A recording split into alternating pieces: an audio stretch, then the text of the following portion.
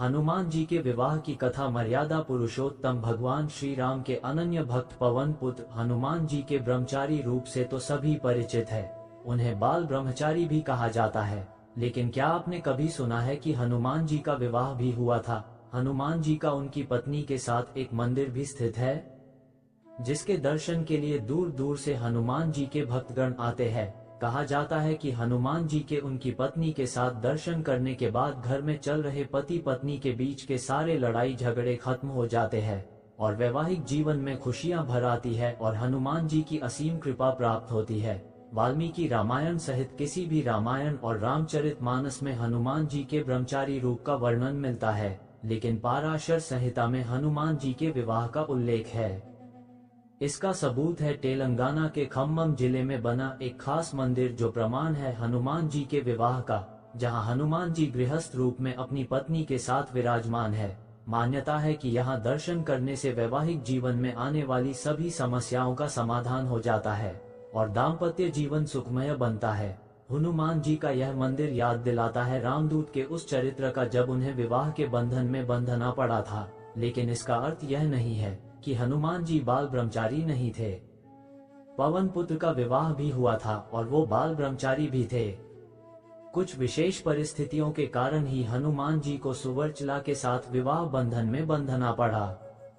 हनुमान जी ने भगवान सूर्य की अपना गुरु बनाया था। हनुमान जी जब सूर्य देव से अपनी शिक्षा ग्रहण कर रहे थे, सूर्य देव कहीं रुक नहीं सकते थे, इसलिए हनुमान जी को सारा दिन भगवान सूर्य के रथ के साथ साथ उड़ना पड़ता था और भगवान सूर्य देव उन्हें तरह तरह की विद्याओं का ज्ञान दे रहे थे।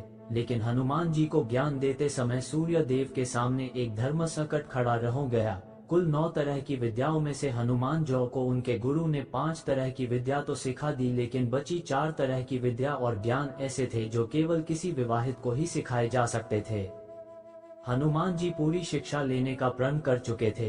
इधर भगवान सूर्य देव के सामने संकट था कि वह धर्म के अनुशासन के कारण किसी अविवाहित को कुछ विशेष विद्याएं नहीं सिखला सकते थे।